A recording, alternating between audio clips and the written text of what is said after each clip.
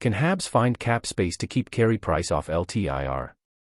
Urgent news for Montreal Canadiens fans, look at this situation. But first of all, subscribe to the channel so you don't miss any news and don't forget to turn on the notification bell. The Montreal Canadiens have made a few off-season moves, but it has been a fairly quiet summer altogether.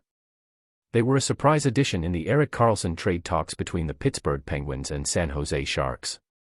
The Habs ended up adding Jeff Petry in that deal and moving Mike Hoffman and Rem Pitlick off the roster. The contract can go on long-term injured reserve, LTIR, and essentially allow the Habs to go $10.5 million over the cap.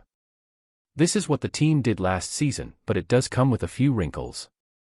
It does not give the team much flexibility in season to take on salary, and it also means all performance bonuses that are achieved get applied to the following season's salary cap, which happened to the Canadiens last season. So, in addition to paying retained cap hits on Petry and Edmundson, and using cap space on Alzner's buyout, the team is also being charged a cap penalty of $1.17 million. It isn't a huge hindrance on a rebuilding team, but every penny counts when a team is trying to get better and compete. It could happen again next year as the Canadiens have a total of $4.21 million in potential performance bonuses to pay out this season. If Price goes on LTIR and the team spends over the cap, then those bonuses would be applied to the 2024-25 season's cap total.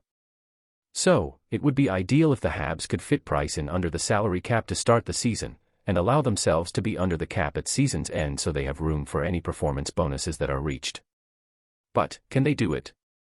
A quick glance at CapFriendly.com shows them about $3.778 million over the salary cap with Price on the roster. That seems like too much to offload to make room, but a closer look shows that is with a total of 14 forwards, 9 defensemen and 3 goaltenders, in addition to Price, on the roster.